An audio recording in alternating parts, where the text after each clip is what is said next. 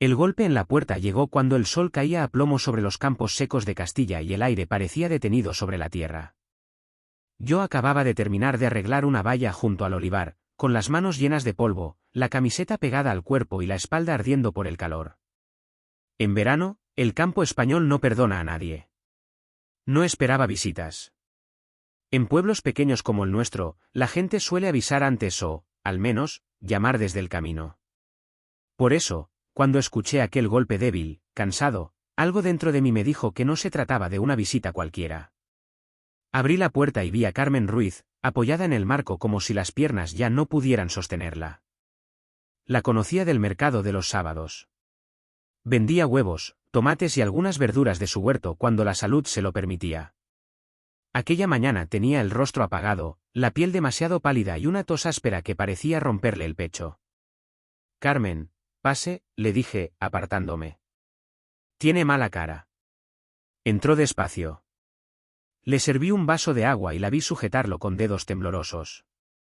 No tardó ni un minuto en hablar. Mi hija necesita un marido.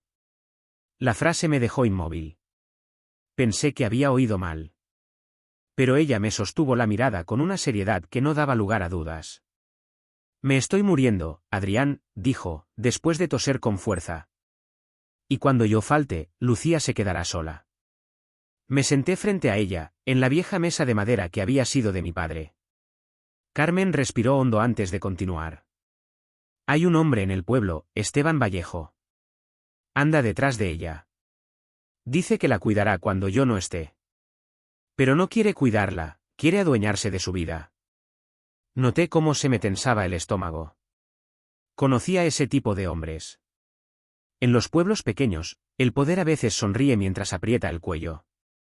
No puedo prometer un matrimonio, le respondí al final, con calma. Pero su hija puede venir a quedarse aquí.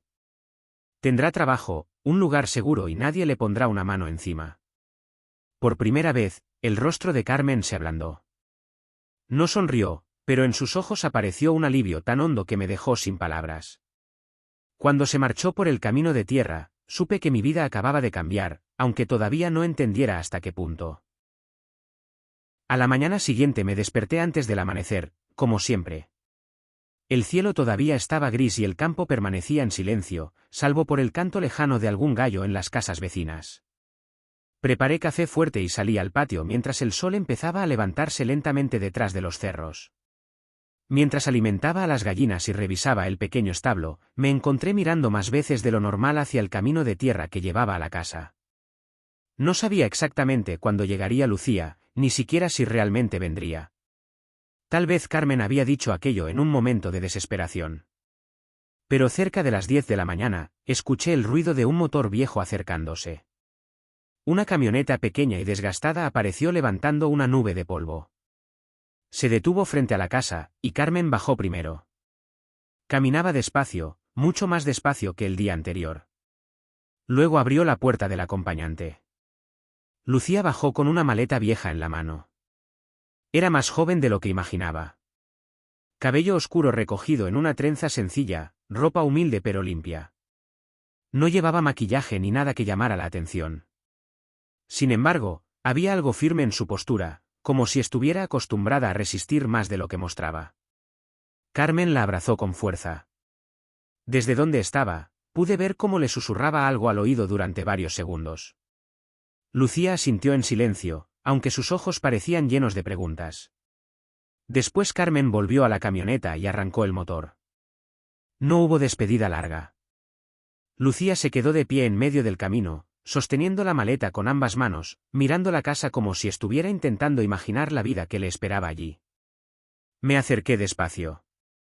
«Puedes pasar», le dije. «Esta también es tu casa ahora». Ella dudó apenas un segundo antes de seguirme. Le mostré la habitación del fondo, una que casi nunca usaba. Tenía una ventana pequeña que daba hacia el olivar y una cama sencilla con una colcha vieja que había pertenecido a mi madre. «Tendrás tu propia llave», le expliqué. «Y tu espacio». Lucía dejó la maleta sobre la cama. «¿Qué espera que haga?», preguntó con voz tranquila. «Trabajar», respondí. «Como yo». Le expliqué las tareas del lugar, el huerto, las gallinas, algunas cuentas sencillas que llevaba en un cuaderno y el mantenimiento de la casa. Ella escuchó todo con atención, como si cada palabra fuera importante. No quiero caridad, dijo finalmente. No es caridad, le respondí. Es trabajo. Por primera vez, una pequeña expresión de alivio cruzó su rostro. Aquella noche preparó un guiso sencillo con patatas, verduras y algo de carne que tenía guardada. Comimos en silencio en la cocina, con la ventana abierta y el sonido de los grillos llenando el aire caliente del verano. No hablamos mucho. Pero por primera vez en años, la casa no se sentía vacía. Los días comenzaron a acomodarse más rápido de lo que esperaba. En el campo, el tiempo no se detiene para que uno se acostumbre a los cambios. El trabajo siempre está esperando. Y, poco a poco, Lucía empezó a formar parte de esa rutina como si hubiera estado allí desde siempre. Yo me levantaba antes del amanecer, cuando el aire todavía estaba fresco y el cielo apenas empezaba a aclararse sobre los campos de trigo y los olivares. Salía a revisar los animales y preparar el alimento.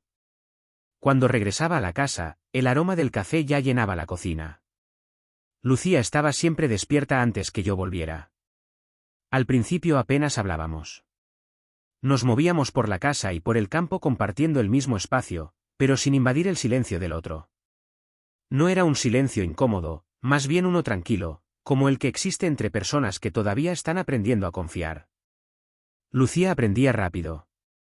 Demasiado rápido para alguien que decía no saber nada del trabajo del campo. En pocos días ya sabía cómo recoger los huevos sin asustar a las gallinas, cómo regar el huerto sin desperdiciar agua y cómo organizar las cuentas del pequeño cuaderno donde anotaba cada gasto del lugar. Su letra era clara y ordenada. Mucho más ordenada que la mía. Los viernes le pagaba su salario, tal como había prometido. Y cada vez que le entregaba el dinero, ella lo recibía con un agradecimiento tan serio que me hacía sentir extraño. Te lo estás ganando, le recordé una vez. Ella asintió, pero no dijo nada más. Las noches eran tranquilas. Lucía cocinaba casi siempre. Platos sencillos, pero que sabían a comida de verdad, sopas calientes, pan recién horneado, guisos que llenaban la casa de un aroma que hacía tiempo no sentía. Después de cenar, ella limpiaba la cocina mientras yo revisaba las cuentas del mes o arreglaba herramientas en el patio. Luego cada uno se retiraba a su habitación. La casa seguía siendo silenciosa, pero ya no se sentía vacía. Un día, cerca del mediodía, escuché un pequeño grito desde el campo. Corrí hacia la valla del terreno y encontré a Lucía sujetándose la mano. Había intentado tensar un alambre de púas y el metal le había abierto un corte en la palma. La sangre corría rápido. Ven, le dije con calma. Vamos dentro. Intentó decir que no era nada, que podía seguir trabajando. Pero no la dejé. La senté en la mesa de la cocina y limpié la herida con agua y alcohol. Lucía observaba cada movimiento que hacía. Sus ojos no se apartaban de mis manos. Cuando terminé de vendarla, levantó la mirada. Gracias, dijo en voz baja. Aquella misma noche, cuando salí al porche después de cenar, encontré un pequeño ramo de flores silvestres apoyado junto a la puerta. No había nota. Pero supe exactamente quién las había dejado. Las coloqué en un vaso de vidrio sobre la mesa de la cocina. Y, curiosamente, ninguno de los dos mencionó nada. Sin embargo, algo había empezado a cambiar entre nosotros. Algo silencioso, pero real. Con el paso de las semanas, la vida en la finca comenzó a sentirse diferente. Los animales parecían más tranquilos. El huerto crecía mejor que en años anteriores. Incluso la casa parecía más viva. El olor a pan recién hecho y a comida caliente había reemplazado el viejo aroma a polvo y madera seca. Lucía trabajaba sin quejarse. A veces incluso más de lo necesario. La veía levantarse temprano, regar el huerto, revisar las gallinas y anotar todo con cuidado en el cuaderno de cuentas. No hacía preguntas innecesarias ni buscaba atención. Pero había algo en su forma de comportarse que no desaparecía. Una especie de cautela permanente. Como si todavía estuviera esperando que algo malo ocurriera. Un día tuve que ir al pueblo para hacer un depósito en el banco y comprar algunas piezas para el tractor. El pueblo era pequeño, como casi todos en esa región de España. Las calles estrechas, las casas antiguas de piedra y la plaza central donde todos se encontraban tarde o temprano. Mientras estaba en el banco, la mujer que trabajaba en la ventanilla mencionó un nombre que me hizo fruncir el ceño. Ese hombre ha estado preguntando por ti, dijo con tono casual.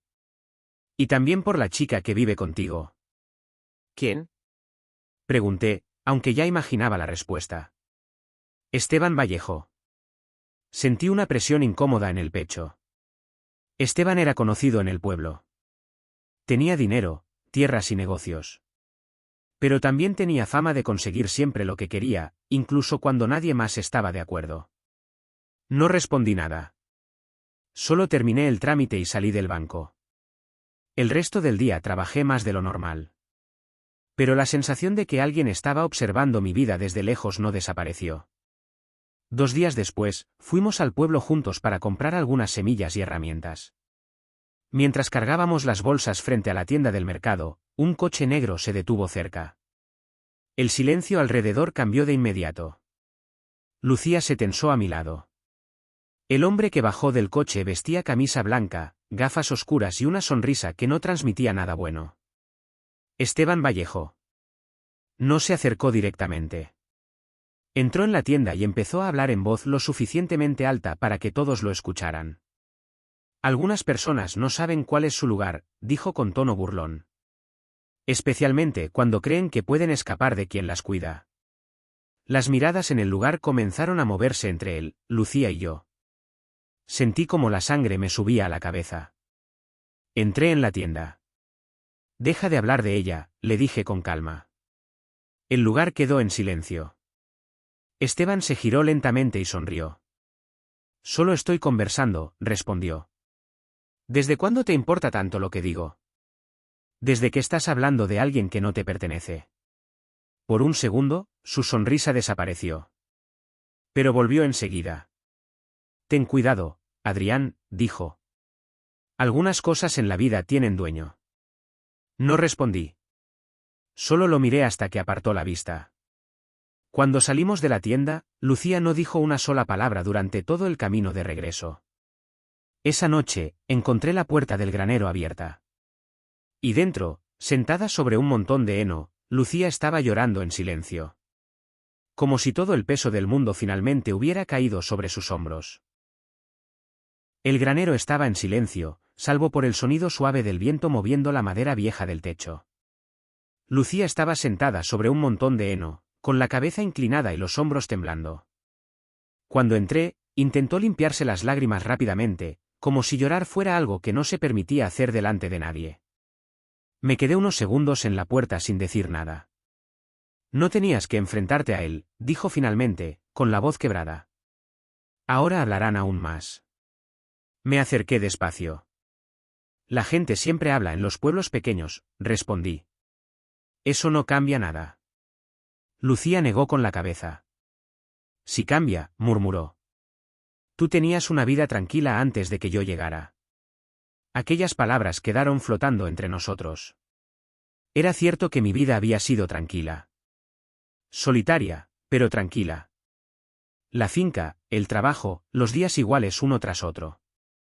Pero también era cierto que desde que Lucía había llegado, todo se sentía diferente. Más vivo. La casa ya no se siente vacía, le dije con sinceridad. Y eso no es un problema. Lucía levantó la mirada lentamente. Sus ojos estaban rojos, pero también había algo más en ellos. Algo que parecía miedo mezclado con esperanza. No quiero ser una carga para ti, dijo. Me senté en el fardo de heno frente a ella. No lo eres. El silencio volvió a instalarse entre nosotros, pero esta vez no era incómodo. Era un silencio lleno de pensamientos que ninguno de los dos sabía todavía cómo decir. Lucía respiró hondo. Esteban no se detendrá, confesó. Cuando alguien lo desafía, encuentra la manera de cobrarlo. Entonces veremos qué intenta hacer, respondí. Ella bajó la mirada. Siempre he vivido tratando de sobrevivir, dijo. Nunca pensé que alguien pudiera ponerse de mi lado. Aquella frase me golpeó más fuerte de lo que esperaba. porque no había sido una decisión pensada. Defenderla simplemente había parecido lo correcto. No tienes que enfrentar todo sola, le dije. Lucía se quedó quieta durante unos segundos. Luego apoyó la cabeza en mi hombro. No fue un gesto dramático ni apresurado. Fue algo simple. Humano. El tipo de cercanía que nace cuando dos personas empiezan a confiar de verdad. Nos quedamos así un rato, escuchando el viento y el movimiento tranquilo de los animales en la noche. Y por primera vez desde que había llegado a la finca, Lucía parecía un poco menos sola. Pero ninguno de los dos sabía que aquello era solo el comienzo. Porque Esteban Vallejo no era un hombre acostumbrado a perder. Y pronto iba a demostrarlo. Las semanas siguientes pasaron con una calma que parecía demasiado frágil. Lucía y yo seguimos trabajando como siempre. El huerto crecía fuerte, las gallinas ponían más huevos de lo normal y el olivar comenzaba a prepararse para la próxima cosecha. Desde fuera, cualquiera habría dicho que todo marchaba bien. Pero la sombra de Esteban seguía presente. A veces notaba miradas extrañas en el pueblo. Conversaciones que se detenían cuando pasábamos cerca. Nada directo, pero suficiente para recordar que alguien estaba observando. Una tarde, mientras arreglaba el tractor en el patio, escuché el teléfono de la casa sonar. Lucía contestó. No pude oír la conversación completa, pero su voz cambió de inmediato. Sí, iremos ahora mismo, dijo. Cuando salió al patio, su rostro estaba pálido. Es del centro médico, explicó. Mamá ha empeorado. No tardamos ni 5 minutos en subir al coche. El camino hasta el pequeño hospital del pueblo vecino se sintió más largo que nunca. Lucía no habló durante todo el trayecto. Sus manos estaban apretadas sobre las rodillas y su mirada fija en la carretera. Cuando llegamos, la enfermera nos llevó directamente a la habitación. Carmen estaba acostada en la cama, mucho más débil que la última vez que la había visto. Su respiración era lenta y pesada. Pero cuando vio a su hija, sus ojos se iluminaron. Lucía se sentó junto a ella y tomó su mano. Estoy aquí, mamá. Carmen miró entonces hacia mí. Su voz era débil, pero clara. Adrián, gracias por ayudarla. Negué con la cabeza. No tiene que agradecer nada. Carmen respiró con dificultad antes de hablar de nuevo. Lucía siempre ha sido fuerte, pero ha estado sola demasiado tiempo. Sus ojos se movieron entre los dos. Prométeme que no la dejarás sola otra vez. Lucía bajó la cabeza, intentando contener las lágrimas. No respondí de inmediato. Pero finalmente asentí. No estará sola. Carmen pareció relajarse al escuchar aquellas palabras. Esa misma noche, mientras Lucía seguía sosteniendo su mano, Carmen Ruiz cerró los ojos por última vez. Fue una despedida tranquila. Sin gritos. Sin drama. Solo el silencio inevitable que llega cuando alguien se va. El funeral fue pequeño, como suelen ser las despedidas en los pueblos. Algunas vecinas del mercado, un par de amigos antiguos y el sacerdote del pueblo. Lucía permaneció fuerte durante toda la ceremonia, aunque sus ojos mostraban un cansancio profundo. Después del entierro, regresamos a la finca. Durante los días siguientes, Lucía cambió. Trabajaba más que nunca. Se levantaba antes que yo, se acostaba después y evitaba cualquier conversación que no fuera necesaria. No lloraba. Pero su silencio pesaba más que cualquier lágrima. Yo no intenté forzar nada. Solo permanecí allí. Cerca. Esperando a que el tiempo hiciera su trabajo. Pero mientras Lucía luchaba con su dolor, otra persona estaba preparando su próximo movimiento. Y esta vez, Esteban Vallejo no iba a limitarse a palabras. Una tarde regresé del campo más cansado de lo normal. Había pasado el día revisando las cercas del terreno y moviendo a las ovejas hacia una zona donde el pasto todavía estaba verde. El sol ya estaba bajando cuando entré en la casa. Algo me llamó la atención de inmediato.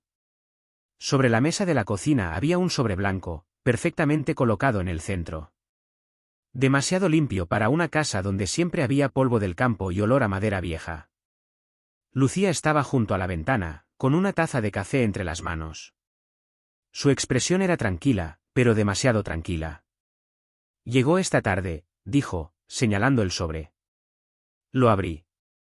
El papel dentro era oficial, sellado por el Banco del Pueblo. Empecé a leer. Cada línea hacía que mi estómago se apretara más. Todos los préstamos de la finca, los que mi padre había pedido años atrás y los que yo había utilizado durante la última sequía, habían sido comprados por un nuevo acreedor. Ese acreedor era Esteban Vallejo. El total aparecía escrito en números claros. 85.000 euros. El documento exigía el pago completo en 60 días. Al final de la carta había una frase escrita a mano. Hablemos de las condiciones. Levanté la mirada. Lucía ya había leído todo. Lo siento, susurró. No es tu culpa, respondí. Pero en el fondo sabía que aquello no era una coincidencia. Era una jugada. Esa misma noche, escuchamos el sonido de un coche entrando por el camino de tierra. Un coche negro. Esteban bajó con la misma calma de siempre, como si estuviera visitando a un viejo amigo. Se acercó al porche mientras yo salía a su encuentro. Buenas noches, Adrián, dijo con una sonrisa tranquila. No tienes nada que hacer aquí. Él levantó las manos con falsa inocencia. Solo vine a conversar sobre negocios. Sacó una copia de los documentos del banco. La deuda es real. Ahora me pertenece.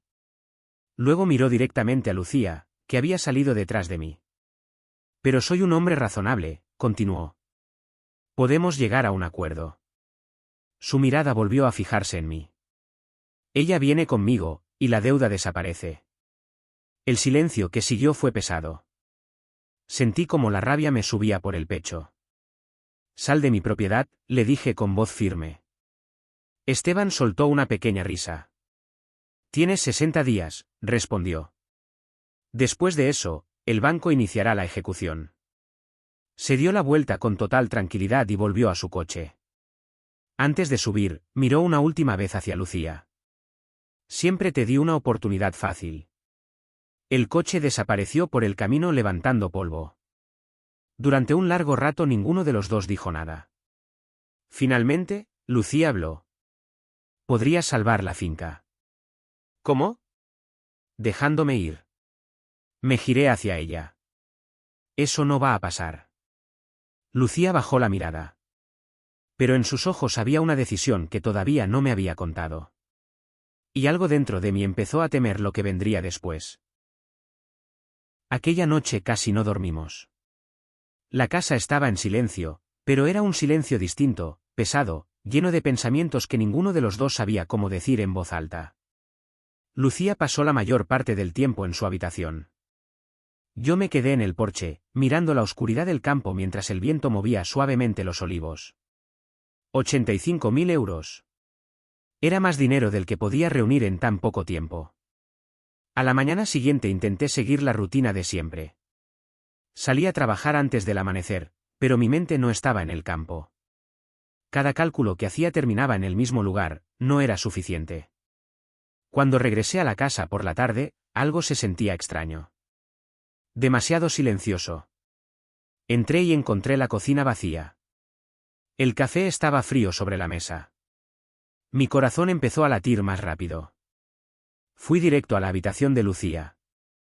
La puerta estaba abierta. La cama estaba hecha, y la maleta ya no estaba. Sobre la mesa había una hoja doblada. La reconocí de inmediato por su letra. Mis manos se tensaron mientras abría la carta. Adrián.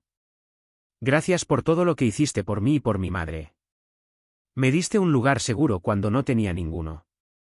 Pero no puedo permitir que pierdas todo por mi culpa. Esteban quiere controlarme, lo sé. Pero si ir con él salva la finca, entonces al menos algo bueno saldrá de todo esto. No me busques. Lucía. Sentí como si el aire desapareciera del pecho. Salí de la casa casi corriendo. Pero no tuve que ir muy lejos.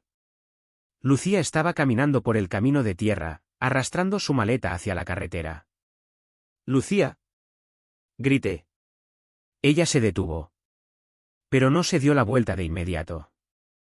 Cuando finalmente lo hizo, sus ojos estaban llenos de lágrimas. Es la única forma, dijo. Caminé hasta quedar frente a ella. No. Adrián. No, repetí, más firme. No vas a vender tu vida para salvar un pedazo de tierra. Lucía negó con la cabeza. No es solo tierra. Es la casa de tu padre. Es todo lo que tienes. La miré directamente a los ojos. No es todo lo que tengo. Lucía se quedó en silencio. Respiré hondo antes de continuar. Perder la finca dolería, pero perderte a ti sería mucho peor. Sus labios temblaron. No quiero destruir tu vida. No lo estás haciendo. Tomé la maleta de su mano. Vamos a enfrentar esto juntos. Lucía me miró durante unos segundos largos. Luego, lentamente, dejó escapar el aire que estaba conteniendo. Por primera vez desde que llegó a la finca, parecía creer que tal vez no estaba sola. Pero la verdad era que todavía estábamos lejos de resolver el problema. 60 días pasan rápido. Y Esteban Vallejo estaba seguro de que iba a ganar. Lo que ninguno de los dos sabía, era que el pueblo entero estaba observando lo que estaba pasando. Y pronto, las cosas empezarían a cambiar. Las noticias en los pueblos pequeños se mueven más rápido que el viento. En menos de una semana, todos sabían lo que estaba pasando. Sabían que Esteban Vallejo había comprado la deuda de la finca y que estaba esperando el momento para arrebatármela, o para obligar a Lucía a ir con él. Yo no había dicho nada. Pero aún así, la gente lo supo. Una mañana, mientras arreglaba una rueda del tractor, escuché el motor de una camioneta acercándose por el camino de tierra. Pensé que sería algún vecino pasando por allí. Pero el vehículo se detuvo frente a la casa. Del coche bajó don Manuel, un hombre mayor que vivía al otro lado del valle. Había sido amigo de mi padre durante años. Caminó hacia mí con paso tranquilo. Tu padre ayudó a mucha gente en este pueblo, dijo sin rodeos. Sacó un pequeño sobre del bolsillo de su chaqueta y me lo entregó. Dentro había dinero. No es mucho, continuó. Pero es lo que puedo aportar. Antes de que pudiera responder, volvió a su camioneta y se marchó. Pensé que aquello sería algo aislado. Pero estaba equivocado. Ese mismo día llegó María, la dueña de la panadería del pueblo. Luego Javier, que tenía una pequeña ferretería. Más tarde apareció una familia que había trabajado con mi padre muchos años atrás. Algunos trajeron dinero. Otros trajeron pequeñas cantidades que habían guardado durante años. Unos niños incluso dejaron una alcancía de barro llena de monedas. Nadie lo llamaba caridad. Era algo distinto. Era memoria. Era el recuerdo de cada vez que mi padre había ayudado a alguien en silencio, y cada vez que yo había hecho lo mismo sin esperar nada a cambio. Al final del día, Lucía y yo estábamos sentados en la mesa de la cocina contando todo. La cantidad había crecido mucho. Pero todavía faltaba dinero. El silencio volvió a llenar la habitación. Han hecho demasiado por nosotros, dijo Lucía en voz baja. Lo sé. Miré el cuaderno donde llevaba las cuentas. Aún faltaban 10.000 euros. Fue entonces cuando escuchamos otro coche acercarse por el camino. Esta vez no era una camioneta vieja. Era un coche gris que no veía desde hacía muchos años. Cuando el hombre bajó, lo reconocí de inmediato. Era don Ricardo, un antiguo amigo de mi madre. No lo veía desde que yo era un niño. Caminó hacia el porche con una sonrisa tranquila.